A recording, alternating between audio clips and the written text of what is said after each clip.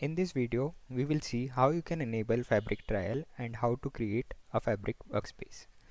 So first you have to log in to using your Power BI account, or if you have a work account or a school account, then you can simply go to Google and search for Microsoft Fabric.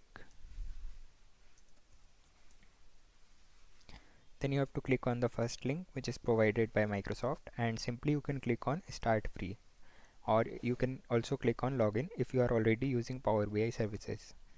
So once you log in, you will get this interface where we have the options for my workspace, then different workspaces, and if you click on bottom left on the Power BI sign, then you can see that various services of Microsoft Fabric are available.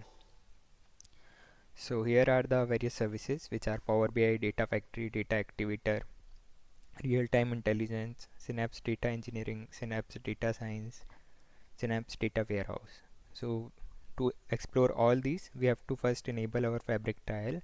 So on the top right, you can see this profile option. You have to click on it, and here you will get the option for start trial. I've already started it, and the trial has been expired. So if you are new to this, then you can see the option for start trial.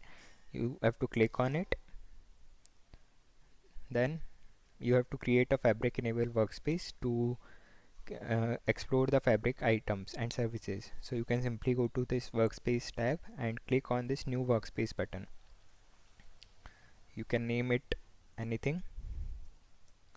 Let's say we have to create a workspace for Fabric course. So you have to enter the name. You can also add the description.